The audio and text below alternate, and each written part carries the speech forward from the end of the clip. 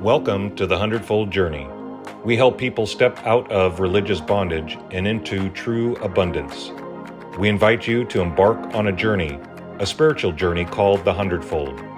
At a Hundredfold, we are a group of people developing new thoughts, habits, and beliefs to understand our true identity, to live our life purpose and experience the abundant life just the way Jesus did. Our mission is to provide support, encouragement, and resources to help you on your journey. The life you are meant to live is closer than you think. The journey is the destination, and your journey starts now.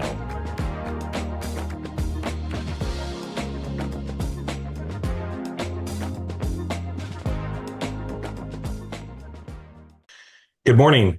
Doug here from the Hundredfold Journey. Thanks again for joining us on this Grace Awakening Network program. We're here to come alongside of you because we're all on this journey together to know our true identity, live your life purpose, and experience true abundance. Because a Hundredfold is about a group of people looking to find their true identity, and by doing so, finding God's true identity. So thanks for joining us today on this network program. We are in a series called I Am the Dwelling Place of God. And we're talking about the tabernacle back in the Old Testament and how this is a picture of who we are. We have two key verses that speak to this very topic. 1 Corinthians 3:16 says, "You are God's temple and God's Spirit dwells in you." And then John 17 says, "I have given them the glory you gave me, that they may be one as we are one." As we've been talking about throughout this whole series, the last series and the seed and the sower, we've been talking about how we are one with God. There is no separation. That is our true identity. And to explain that even further, our identity is we are the dwelling place of God. We are God's temple. Last week, I did an introduction. I wasn't able to get through it all, so I'm calling this part 2. I introduced this map, if you will, of our body as being the temple. And you can see that there's 3 sections of our body, soul, and spirit. And there's also 3 sections of the tabernacle, which is the outer court, tent of meeting, and the Holy of Holies. So what I'm introducing to you here is that our body is the temple, and these pieces of furniture that are within the temple represents or symbols of who we are. So here's the tabernacle in the Old Testament. And again, the outer court, the inner court, and the Holy of Holies. So we are the temple of God. Last series that we did the 7 I am statements. And what we found was that the 7 I am statements can also be found in the temple. For example, I am the light, which represents the menorah. I am the door, which is actually an actual door between the outer court and the inner court. I am the bread, and there is the bread of life, which is on the table inside the tent of meeting. And then I'm the resurrection and the life. That's actually found in the Holy of Holies. So we're going to dig into this each and every week. We're going to go through each of these pieces of furniture and identify how that's a symbol of us. All right. So that's how this kind of came together. Was last series was the 7 I am statements. And now we're seeing that found within us, which is also within the temple, the tabernacle. Because we are heaven on earth. We are the dwelling place of God. That's who I am. So we're going to walk through the temple really quick, basically walking from the bottom, which in the orientation of the tabernacle as they walk through the wilderness was on the west side. And then bottom to top, it then goes to basically earth to heaven. So east to west.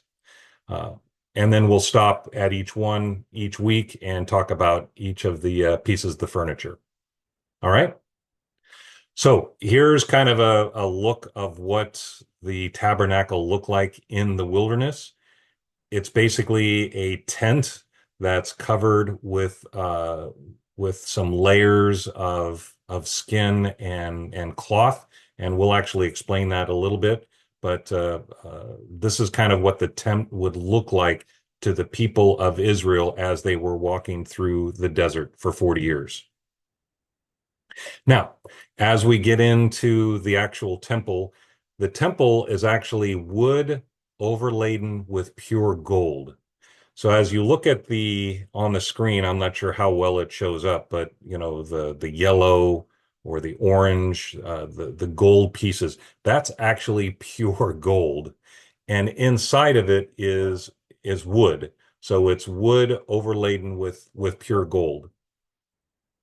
And the tabernacle is described in the Bible as a portable sanctuary used by the Israelites for that 40 years. It's made of various precious materials, including gold, silver, bronze, acacia wood, fine linen, animal skins, and other valuable items. The gold was used primarily for the Ark of the Covenant, lampstands, altar, and many other utensils and structural components. So again, it's wood overladen with gold. And I thought it was interesting. Because the Bible is very clear in Exodus as to how much each of these pieces weighs. And I thought it would be interesting just to kind of do in today's terms what that value would be. So basically, the amount of gold that was used in the tabernacle was about 2,200 pounds. And at today's market, it's $1,900 for an ounce of Troy. So that means that this temple, this tabernacle, $60,800,000, which is pretty cool. So again, there's lots of other materials, silver, bronze, linens, etc. But $60 million worth of gold, 2,000 pounds. So that's everything that it took to build this tabernacle.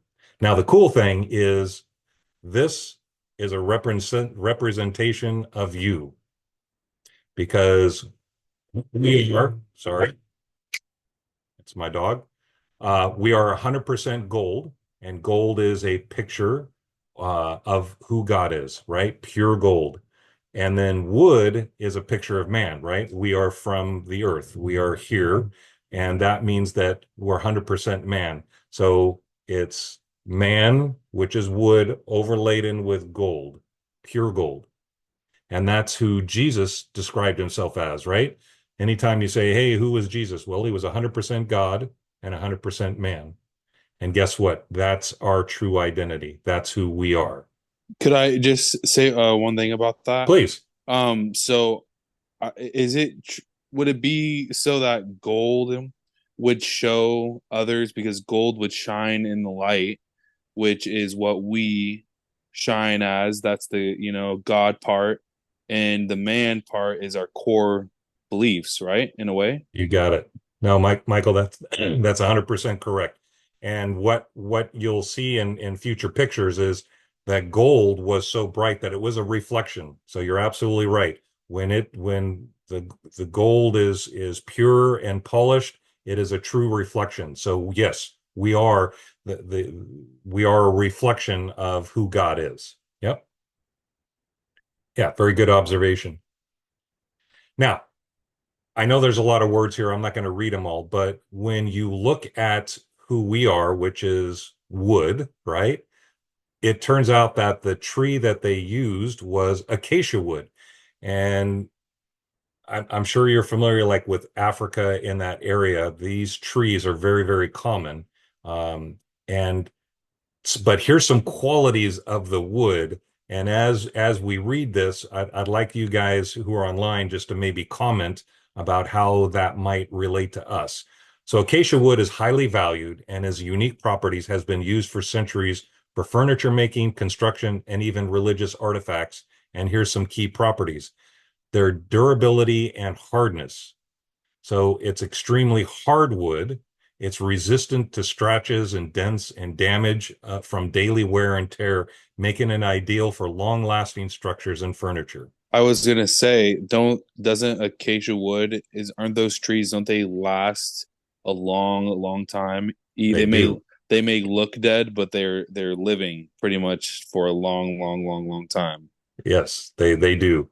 So durability and hardness. So how might that be a picture of us, right? So we're acacia wood, durability and hardness. How would that apply to us uh, as Our this? resilience, our resilience against the negative spirits, Yes, yes, and also to show the strength of God's creation. yeah, beautiful, love it. And then it's also water and pest resistant. So this being in the desert, their roots have to go pretty deep. So one of the standout features of acacia wood is its natural resistance to water and pests. It's dense, tight grains, and a natural oil. Thought it was interesting. There's oil in there that helps protect it from moisture damage and insect infestation. This quality would have been especially important for items exposed to the elements. So how might this represent us?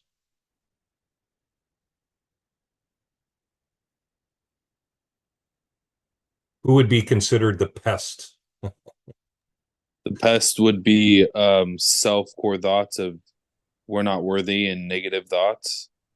Uh, not No. not necessarily. I think this is that could be, but this is more external, right? So it, So it would be others' negative thoughts yeah, there you against go. us.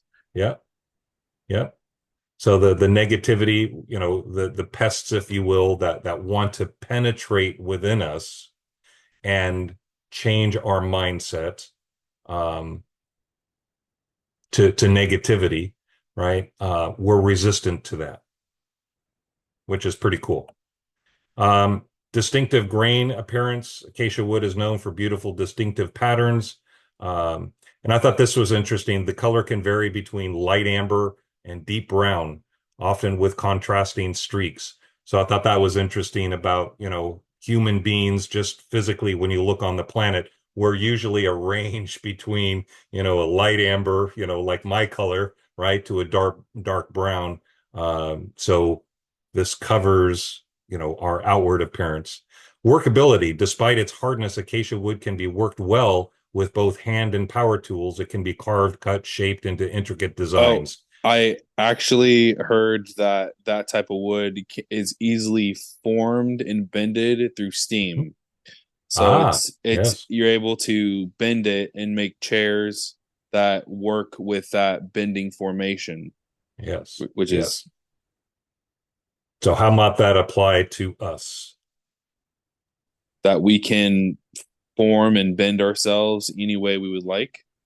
Yeah, yeah.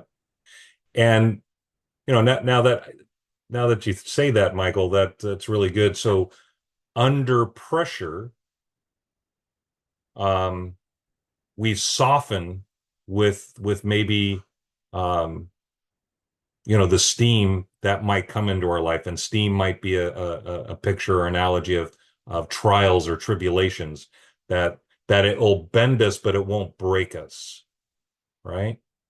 Um, and that same steam can bend us in another direction. So but it won't break us. Yeah, that's good, Michael. I like that. Um, And then the last one, sustainability and eco-friendliness. Acacia trees grow relatively fast and are available in many parts of the world, Africa, Australia, Asia. I mean, basically, they're everywhere. This makes acacia wood more sustainable option as compared to slower growing hardwood. So we have the ability to change and to grow quickly. So that is the wood overladen with pure gold. I just And want to this say is, one thing about that is yeah. aren't these trees grown morely in the desert where it doesn't rain consistently? So they're able to adapt to the weather and circumstances. So they're able to adapt through any circumstance, whether it rains or doesn't rain at all. That's good. And that goes to one of the 10 truths, right? Yep. Circumstances don't Don't matter, matter, only only state of state of being. being matters. Right. Yes, exactly. Yeah, so they're very versatile and you're right. Because, Africa and Australia, both barren lands and Asia's, they actually have quite a bit of rain there, but yes, they're adaptable. I guess would be the word. And that definitely applies to humans, right? We are definitely adaptable. Now, going to tent coverings. So we're this tent, this tabernacle also has some coverings over them. Coverings of the tabernacle were carefully designed, layered, and constructed from specific materials, as described in Exodus, and they had various functions. And what we'll find is there's four different coverings. So the first one is the innermost covering, which is fine linen, and it was woven with purple, blue, and scarlet. So those are three symbolic colors, blue representing divinity, purple is royalty, and scarlet the sacrifice and redemption, scarlet being red. What's interesting is the embroidered cherubim, which were angels, were symbolic guardians of God's presence, much like the cherubim of the Ark of the Covenant. So what you'll see, I'm not sure if it picks up on the screen though, but that inner linen had angels or cherubim woven into kind of as a picture. So since that was the inner layer, when the priest would go inside the tabernacle, they would be able to look up and see that first layer, and it would all be angels or cherubims in these colors. So as we're looking up, it reminds us that I'm divine, I'm royal, and I'm pure and holy and blameless, and I'm protected, or angels are watching over me. So I thought that was pretty cool. And then the second covering was goat hair. And basically this was designed for a protective layer. It would have been black and dark colored and spun into durable fabric similar to tent-like material. They had special significance in ancient Israel as goats were often used for sacrifices, right? So it was part of the tabernacle for protection. And then the third one was ram skins, but it was dyed red, and the layer provided, again, further durability and protection against weather, and forming a more water-resistant barrier. And then the last one, they don't know exactly what this last layer was, but the term was sea cow or dugong skins, which could be badger skins. And this was the outer layer. This is the final layer. And basically it's literally skin like we have.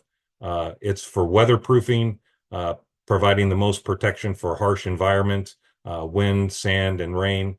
And Linda, you were camping earlier this week using your tent, and maybe you need to go out and find a sea cow skin layer for your tent so you can resist the rain. Anyways, so it was again, it was all part of protection and different layers. Now, here's the cool thing, is that this is you. Because we also have, you could call, 4 layers within us. Humans can be thought of having a similar construction of layers, both physically and spiritually, just like the tabernacle had coverings that protected, concealed, and revealed deeper significance. Humans possess physical, emotional, mental, and spiritual layers that serve various purposes. So I just find it fascinating that all the symbolism used in this tabernacle truly can represent who we are. For example, the physical layer, which is the outer layer, which literally is our skin. It's most visible, just like the badger skin, and its structure is protection, and it interacts with the physical world, which is exactly what that skin did for the tabernacle. It was tough, functional, and provides a shell, right? It keeps everything in, and that's what our skin does. It keeps everything in. And then layer number 2 is the ram skin dyed red, and this is our emotional layer. It's a protective covering for the inner selves. Emotions are often what we experience first in response to external circumstances. So that's the emotional layer. And then the third one is the goat hair, which is the mental layer, which includes thoughts, beliefs, and the mindset that shapes how one perceives and interacts with the world. And then the fourth one, which is the fine linen, the spiritual layer. And I highlighted this because I really liked these statements here about what the spiritual layer represented. At the deepest level is the spiritual layer, often considered the true self or essence of a person. This layer connects one's divine nature, inner purpose, and higher consciousness. It's akin to the innermost beauty of the tabernacle, that fine linen with the cherubim on it, and the sacred space where God's presence dwelt, right? Because that was the last layer. And then inside of that was the dwelling place of God. That's where God's spirit, that's where our spirit is. The spiritual layer is the holy of holies within each person, containing the deepest truths about one's identity, connection with God, and purpose in life. It is the part that seeks meaning, transcendence, and alignment with a higher purpose, right? So that's our spiritual layer. And I each just one of us have this within us. I was gonna say the one thing about alignment is that it's here and now. Yes. And spiritual part isn't something that's separated. It's always Mm, here and now, right here, right now in this moment. So I just wanted to add that as well. yes. Right. It's Yeah, I can't add to that. That's perfect. Integration of the layers, just as the layers of the tabernacle were meant to work together to protect the house and sacred space within the layers of the human experience, are all interconnected.